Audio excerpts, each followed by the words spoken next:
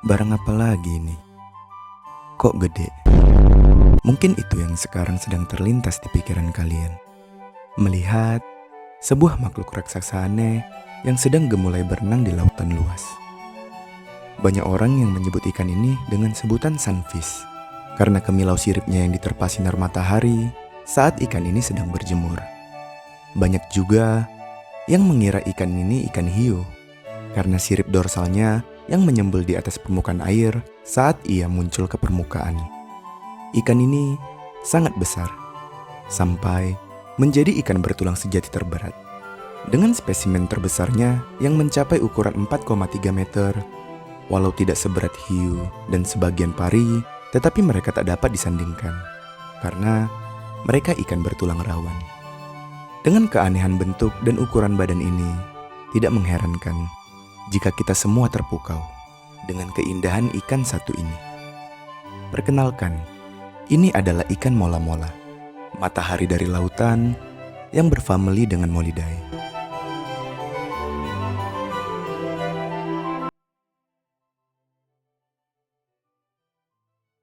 Nama mola sendiri berasal dari kata Latin yang berarti batu giling. Hah? Batu giling? Ya, mungkin masih masuk akal. Ikan ini punya nama lain di beberapa daerah.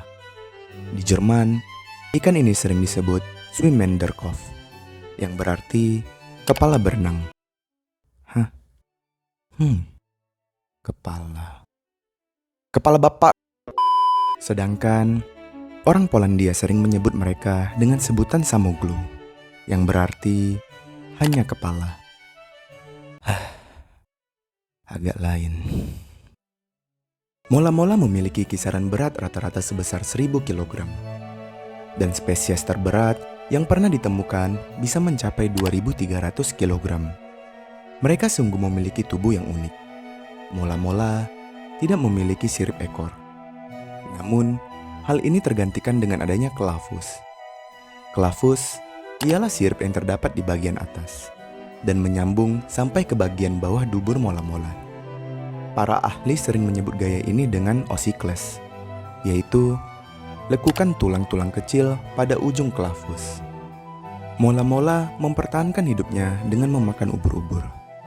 Itu mengapa mereka banyak dijumpai di kedalaman 500 hingga 800 meter, di mana melimpahnya keberadaan makanan favorit mereka. Ini juga yang menyebabkan banyak ditemukan ikan mola-mola yang mati tersedak karena tidak bisa membedakan antara ubur-ubur dengan sampah plastik. Badan aja besar, tapi otaknya nggak maaf. Walau mola-mola hidup di kedalaman 500 meter, mereka juga sering ditemukan sedang berenang di kedalaman 30 meter.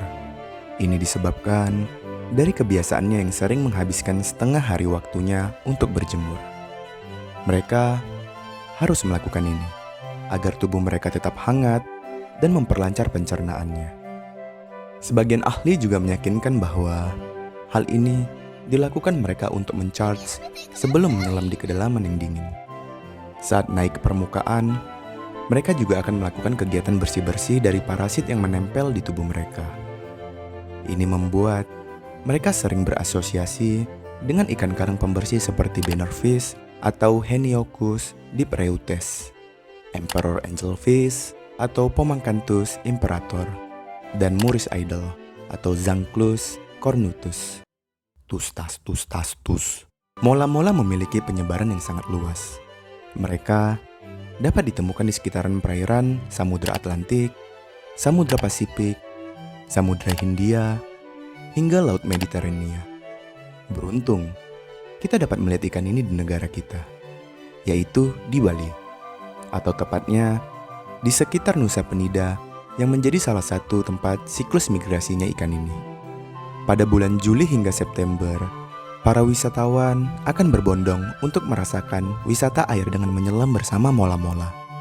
Ini menjadikan mola-mola sebagai salah satu maskot wisata bahari di wilayah perairan itu.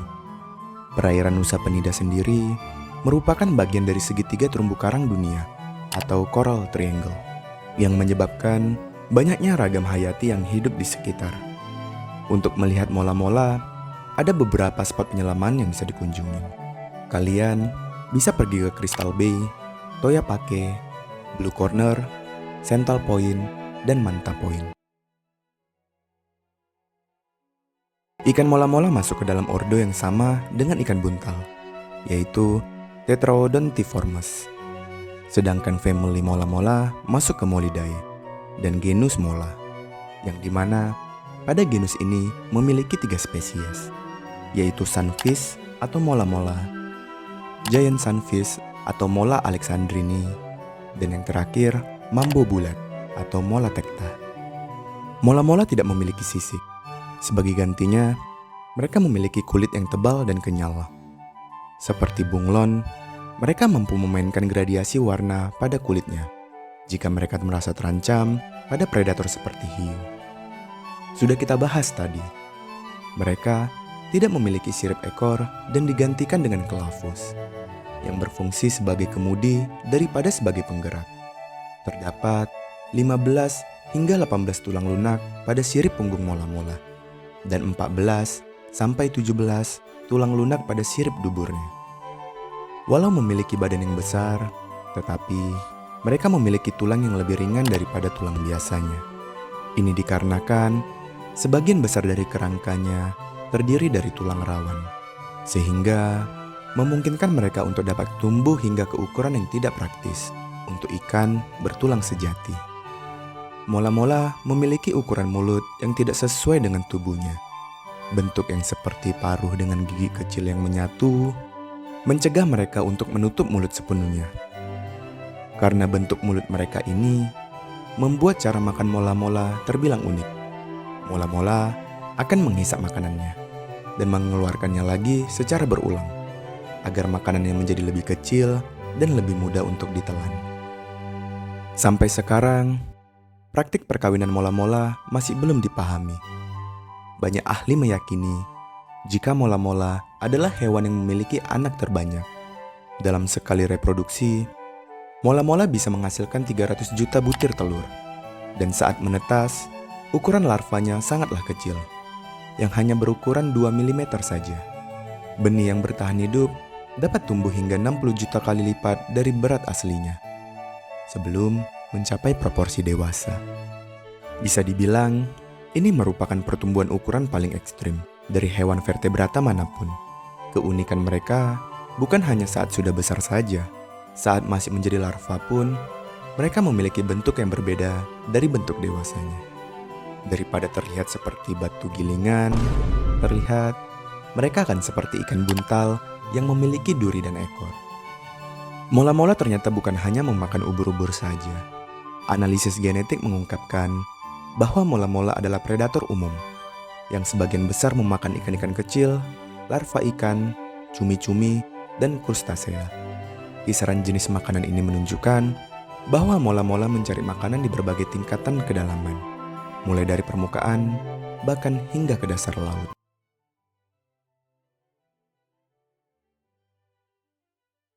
Ternyata, gemrut peyang satu ini memiliki banyak peran penting bagi perairan dan manusia. Mereka adalah salah satu indikator penting bagi kesuburan dan kesehatan terumbu karang. Kenapa bisa? Ini dikarenakan mola-mola sering mampir ke kawasan terumbu karang untuk melakukan pembersihan. Di sini, mereka akan berasosiasi dengan beberapa ikan pembersih yang sudah kita sebutkan sebelumnya. Meskipun berbadan besar, mola-mola adalah hewan yang sangat jinak. Cedera karena disebabkan hewan satu ini pun sangat jarang terjadi. Ini membuat daerah tempat mereka sering ditemukan akan menjadi tempat destinasi wisata yang meraup keuntungan besar. Di daerah California Selatan, mola-mola menyumbang 29% tangkapan perikanan menggunakan jaring insang, yang sebenarnya menargetkan ikan todak. Di beberapa negara Asia, ikan mola-mola menjadi kuliner favorit yang sangat enak. Mulai dari daging, sirip, organ, hingga tulangnya pun digunakan sebagai bahan dalam masakan. Rasanya yang kuat dan diyakini memiliki kandungan kolagen yang tinggi membuat mereka menjadi makanan yang biasa dikonsumsi di beberapa daerah. Bahkan, mereka diyakini sebagai obat tradisional yang dipercaya oleh masyarakat Tiongkok. Kekhawatiran hilangnya mola-mola akibat aktivitas pengeboman oleh nelayan masih marak dilakukan. Selain mengancam mola-mola itu sendiri, pengeboman ikan juga merusak terumbu karang yang notabene-nya tempat singgah ikan mola-mola. Walau penangkapannya masih marak di beberapa negara, namun IUCN telah mengategorikan ikan ini sebagai rentan. Dan di beberapa negara, ikan ini sudah dilarang penangkapannya. Di Indonesia sendiri, ini tertulis di Undang-Undang Nomor 5 Tahun 1990 tentang konservasi sumber daya alam. Di Uni Eropa, bahan makanan yang mengandung ikan mola-mola sudah lama dilarang karena mengandung racun yang berbahaya bagi tubuh. Larangan ini pun tertulis di Peraturan Parlemen dan Dewan Eropa Nomor 853 Tahun 2004. Mola-mola memiliki predator alami seperti hiu putih, orca, dan singa laut. Manusia satu lagi, deng. Masih banyak lagi kasus-kasus lain dari malangnya ikan mola-mola ini, seperti seringnya tertabrak kapal karena berenangnya yang lamban, terdampar di pantai, dan keracunan yang diakibatkan sampah-sampah yang kita buang ke lautan. Dari banyaknya pembahasan kita mengenai ikan mola-mola ini, gimana menurut teman-teman? Luar biasa, bukan? Tetapi pada akhirnya kita menemukan nasib mereka yang sama saja dengan kebanyakan hewan yang hidup di dunia ini. Ikan ini benar-benar sangat rentan akan kepunahan, dikarenakan banyaknya faktor yang menyebabkan berkurangnya ikan mola-mola itu sendiri. Sungguh malang nasibmu, Peyang. Ini tugas kita sebagai makhluk Tuhan yang berakal, di mana kita harus memperhatikan makhluk-makhluk lain di alam sekitar. Jangan sampai karena sifat kerakusan membuat kita yang sebagai penyebab kerusakan itu sendiri akan menyesal di kemudian hari. Kita akhirin sampai di sini. Semoga teman-teman semua terhibur dan mendapatkan informasi yang cukup dari video ini. Saya berharap teman-teman semua memberikan support dengan subscribe, like, dan komen agar channel ini makin berkembang dan melahirkan informasi-informasi terbaru lainnya.